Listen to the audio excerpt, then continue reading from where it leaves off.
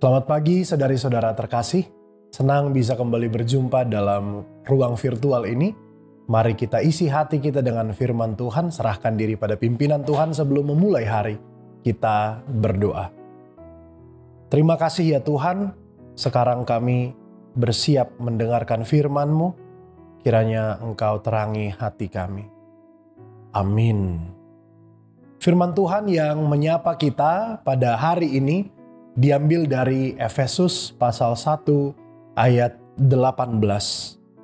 Dan supaya ia menjadikan mata hatimu terang, agar kamu mengerti pengharapan apakah yang terkandung dalam panggilannya, betapa kayanya kemuliaan bagi orang-orang kudus.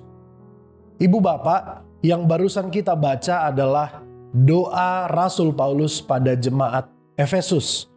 Pertama, mari kita simak frasa mengerti pengharapan yang terkandung dalam panggilannya.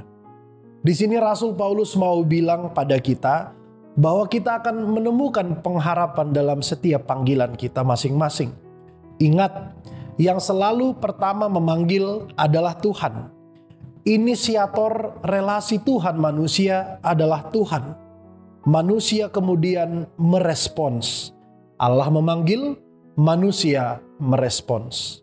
Allah memanggil, Musa menjawab. Allah memanggil, Samuel menyahut. Yesus memanggil, Zakeus menyambut. Yesus memanggil, Paulus menjawab, menyongsong panggilannya sebagai pemberita firman Tuhan.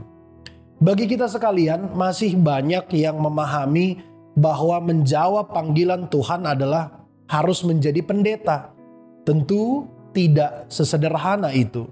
Ya, kalau semua orang jadi pendeta, siapa yang kemudian berperan jadi dokter, hakim, pilot, guru, dan tentara? Menjawab panggilan Tuhan adalah memancarkan kasih Yesus dalam apapun pekerjaan profesi yang kita geluti.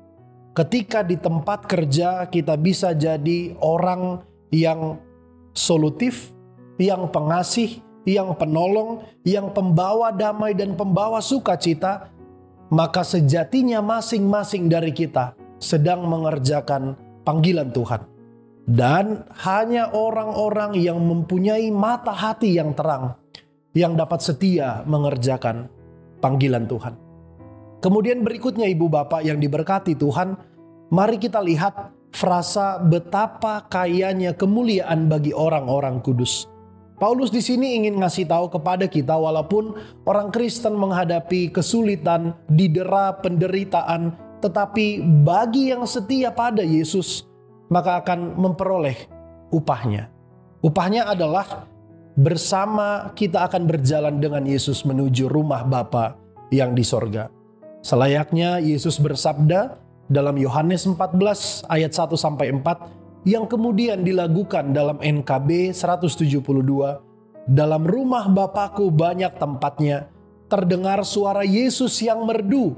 Dia pergi ke negeri terang sorga yang baka, menyediakan tempatmu dan tempatku. Mari kita bersama jawab panggilan Tuhan dalam hidup kita masing-masing, berangkat memulai hari dengan berharap pada Tuhan. Amin, kita berdoa. Terima kasih ya Tuhan, kami mengucap syukur. Engkau yang kiranya menegaskan kembali panggilan kami masing-masing ya Tuhan. Agar kami dapat memancarkan kasih-Mu dalam setiap hal yang kami kerjakan hari lepas hari. Tuhan, kami berdoa bagi jemaat-Mu yang dalam keadaan sakit, kiranya Engkau pulihkan. Bagi mereka yang sedang berduka, kiranya Tuhan topang dan kiranya Tuhan hibur dan beri kekuatan. Terima kasih ya Tuhan, berangkatkanlah kami menuju hari yang baru ini di dalam Kristus Yesus. Kami telah berdoa dan mengucap syukur. Amin.